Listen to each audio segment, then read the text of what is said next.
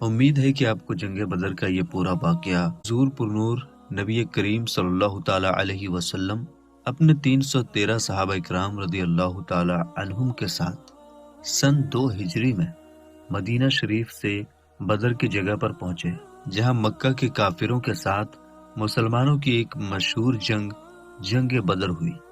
جب آپ لوگ بدر کی جگہ پر پہنچے تو رات ہو چکی تھی۔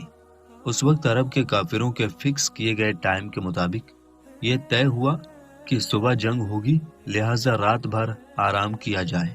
پھر ایک طرف مسلمانوں کی فوج نے پڑاؤ ڈالا، جبکہ دوسری طرف کفار اپنی فوج کے ساتھ ٹھہرے۔ حالانکہ اگر یہ معلوم ہو جائے کہ صبح جنگ ہونے والی ہے تو خوف کے مارے نیند کہاں آئے گی۔ دوسری طرف صحابہ اکرام تو شہادت پانے کی خوشی میں ویسے بھی نہ سو سکے۔ صبح نہ جانے کس کس کی قسمت میں شہید ہونا لکھا ہے۔ ادھر اللہ تعالیٰ کی قدرت کاملہ سے کفار رات بھر ڈر کے مارے سو نہ سکے۔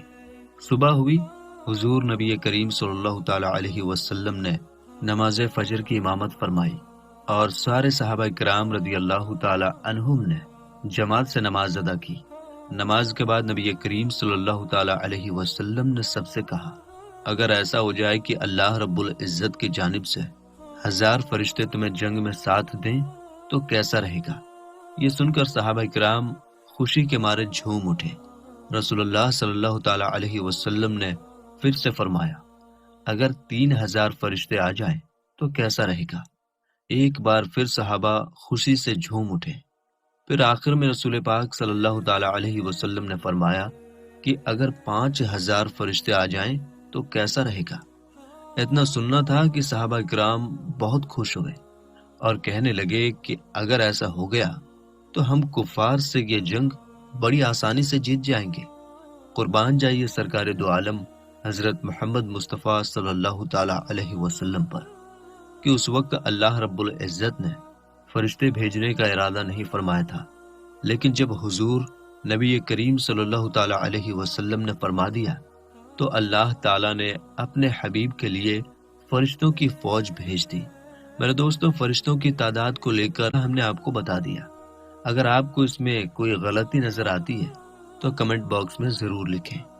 دوستو، ادھر جب جنگ شروع ہوئی تو اللہ تعالیٰ نے فرشتوں کو حکم دیا کہ جاؤ اور بدر کے جنگ میں صحابہ اکرام کا ساتھ دو، اور ایسے جانا کہ تمہارے ہاتھوں میں تیر اور تلوار ہو، جنگی لباس میں جانا۔ اللہ تعالیٰ کا حکم پاتے ہی فرشتوں کی جماعت حضرت جبرائیل علیہ السلام کی قیادت میں میدان بدر میں آ گئے اور اس جنگ میں صحابہ کرام کا ساتھ دیا۔ یہ جنگ مسلمانوں نے فرشتوں کی غیبی مدد سے آسانی سے جیت لی۔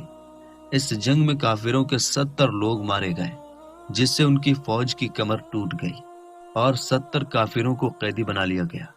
پھر جب قیدیوں کو سامنے لایا گیا تو نبی کریم صلی اللہ تعالی علیہ وسلم نے صحابہ اکرام سے پوچھا کہ ان کے ساتھ کیا کیا جائے۔ سب لوگوں نے اپنی اپنی رائے دی۔ کچھ نے کہا کہ ان کو قتل کر دیا جائے، جبکہ کچھ صحابہ نے کہا کہ ان کو غلام بنا لیا جائے، مگر قربان جاؤ رسول پاک صلی اللہ تعالی علیہ وسلم پر۔ آپ صلی اللہ تعالی علیہ وسلم نے یہ فیصلہ سنایا کہ ان قیدیوں سے فائدہ حاصل کر کے انہیں آزاد کر دیا جائے۔ سبحان اللہ، کیا بات فرمائی ہے آپ صلی اللہ تعالی علیہ وسلم نے۔ لوگ ان کو مارنے کے لیے آتے تھے، لیکن آپ ان پر رحم کھا کر انہیں چھوڑ دیتے تھے۔ جنگ ختم ہونے کے بعد سارے فرشتے واپس چلے گئے اور آپ صلی اللہ تعالی علیہ وسلم نے نماز پڑھائی۔ جب آپ نماز سے فارغ ہوئے تو ایک صحابی نے عرض کیا، یا رسول اللہ صلی اللہ تعالی علیہ وسلم، آپ نماز کے بیچ مسکرا کیوں رہے تھے؟ تو سرکار دو عالم صلی اللہ تعالی علیہ وسلم نے مسکرا کر جواب دیا، جب جنگ کے بعد جبریل امی علیہ السلام تمام فرشتوں کو لے کر چلے گئے تو اللہ تعالیٰ کے حکم سے آسمان پر فرشتوں نے انہیں اندر آنے سے روک دیا اور فرمایا کہ تم جس مقصد کے لیے گئے تھے اس کے بنا کیسے واپس آ گئے؟ یہ سن کر جبریل علیہ السلام نے فرمایا، ہم تو جنگ میں صحابہ کی مدد کرنے کے لیے گئے تھے۔ پھر ان فرشتوں نے جواب دیا کہ نہیں، تم کو محمد رسول اللہ صلی اللہ تعالی علیہ وسلم کی خاطر بھیجا گیا تھا، لہٰذا جاؤ اور جب تک ان سے اجازت نہ لے لو تب تک واپس نہ آنا۔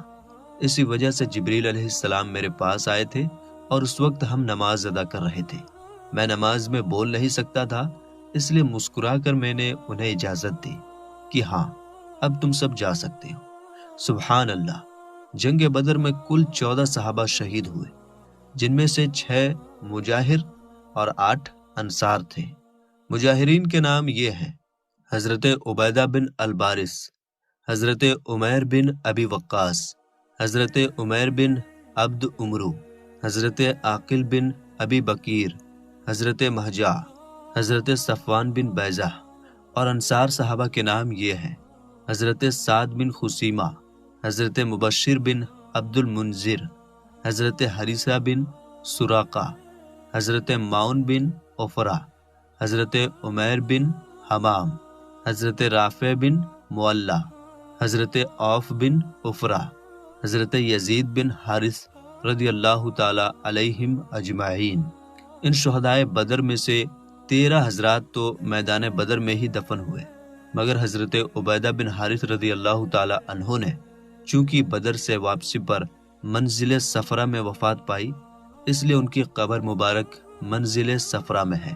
اللہ رب العزت قرآن میں ارشاد فرماتا ہے: جو خدا کی راہ میں مارے گئے انہیں مردہ نہ کہو بلکہ وہ زندہ ہیں، لیکن تمہیں خبر نہیں۔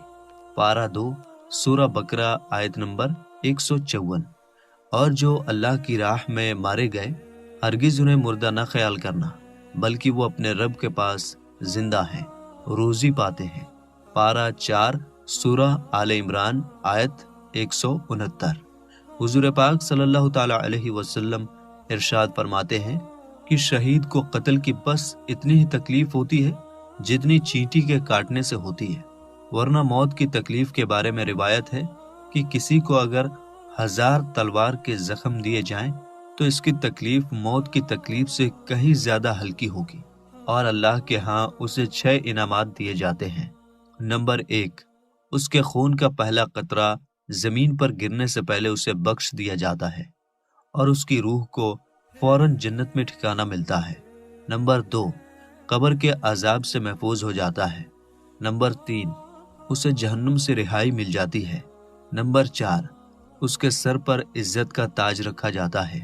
نمبر 5، اس کے نکاح میں بڑی بڑی آنکھوں والی 72 حوریں دی جائیں گی۔ نمبر 6، اس کے خاندان کے 70 لوگوں کے حق میں اس کی شفاعت قبول کی جائے گی۔ آئیے جانتے ہیں کہ جنگ بدر میں مسلمانوں کے پاس کیا کیا سامان تھا۔ صرف 313 لوگ تھے، 70 اونٹ تھے، 3 گھوڑے تھے، 8 تلوار اور 6 زیرہ تھے۔ اور کافروں کی فوج کے پاس کیا کیا سامان تھا، اب آئیے دیکھتے ہیں۔ وہ 1000 لوگ تھے، 700 اونٹ تھے، 100 گھوڑے تھے، 950 تلوار اور 950 زیرہ تھی۔ کافروں کی فوج کے پاس کھانے پینے کی چیزوں کی کوئی کمی نہیں تھی۔ روزانہ 11 اونٹ ذبح کر کے کھاتے تھے۔ جب وہ کسی پانی کے کنارے پڑاؤ کرتے تو خیمے لگاتے تھے۔ ان کے ساتھ گانے والی طوائفیں بھی تھیں۔ اسلامی لشکر کے پاس کھانے پینے کا سامان نہیں تھا، کسی کے پاس 7 تو کسی کے پاس 2 کھجوریں تھیں۔